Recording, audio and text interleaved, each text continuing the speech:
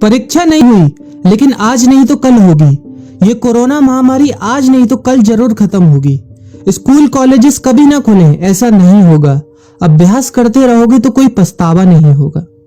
Corona महामारी के चलते इस समय स्कूल और कॉलेजेस बंद पड़े हैं, जिसके चलते विद्यार्थियों में पढ़ाई के प्रति लापरवाही देखी जा रही है। इसी को देखते हुए मुंबई के एक स्कूल में हमारे पुराणों में लिखित एक कहानी सुनाई गई और विद्यार्थियों को इस कहानी के जरिए एक मैसेज दिया गया, एक सलाह दी गई। कहानी ये थी कि एक बार भगवान इंद्र किसानों से नाराज हो गए और उन्होंने घोषणा कर दी कि 12 साल तक बारिश नहीं होगी, आप फसलों को नहीं उगा पाएंगे। भगवान इंद्र से किसानों ने विनम्रता पूर्वक विनती की। किसानों की विनती को देखते हुए इंद्र ने बड़ी चालाकी से बारिश न होने का सारा श्रेय भगवान शिव के ऊपर डाल दिया और कहा कि बारिश तभी संभव है जब भगवान शिव अपना डमरू बजाएंगे। लेकिन इंद्रदेव भगवान शिव के साथ पहले ही गुप्त रूप से चर्चा कर चुके थे और उनसे किसानों के साथ सहमत नहीं होने के लिए भी अनुरोध कर चुके थे। जब किसान भगवान शिव के पास बारिश के लिए विनती करने के लिए गए तो उन्होंने भी कह दिया कि बारिश तभी होगी जब मैं 12 साल बाद अपना डमरू बजाऊंगा। निराश होकर वापस लौटते किसानों ने 12 साल तक इंतजार करने का फैसला किया।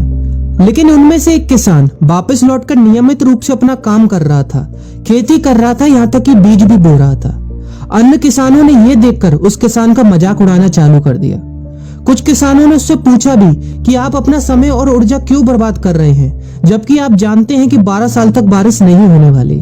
उस किसान ने जवाब दिया कि मुझे पता है कि बारिश के बिना मेरी फसल नहीं आएगी, लेकिन मैं ये सब केवल अभ्यास के रूप में कर रहा हूँ। 12 साल बाद मैं फसलों को उगाने और खेतों में काम करने की प्रतिक्रिया को भूल जाऊंगा। शरीर की काम करने की आदत छूट जाएगी और शरीर आलस का शिकार हो जाएगा।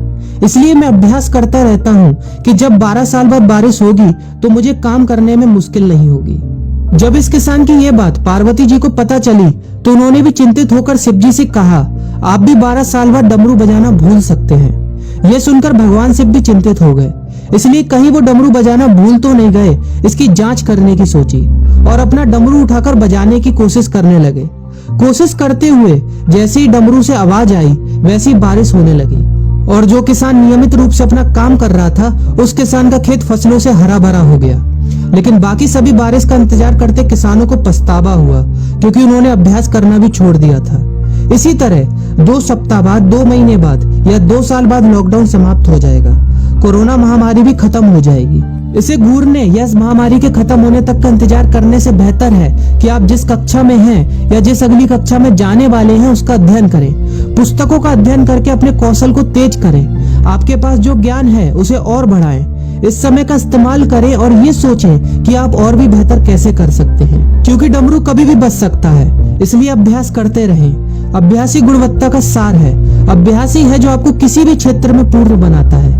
अगर आप अपनी पढ़ाई के प्रति लापरवाही छोड़कर अभ्यास करते रहेंगे तो जब काम करने का समय आएगा, जब भी परीक्षा देने का समय आएगा, तो आप हर चुनौती और अपने हर क्वेश्चन का जवाब देने के लिए तैयार रहेंगे। अपना ध्यान रखें और अपनों का ख्याल रखें, क्योंकि कोरोना भी गया नहीं है। घर पर ही रहने की कोशिश करें ताकि आप भी और अन्य भी सुरक्षित रहें और नियमित रूप से अभ्यास करते रहें, क्योंकि डमरू कभी भी बच सकता है। वीडियो अच्छी लगी हो तो वीडियो को लाइक और अपने फ्रेंड्स के साथ शेयर करना मत भूलिएगा।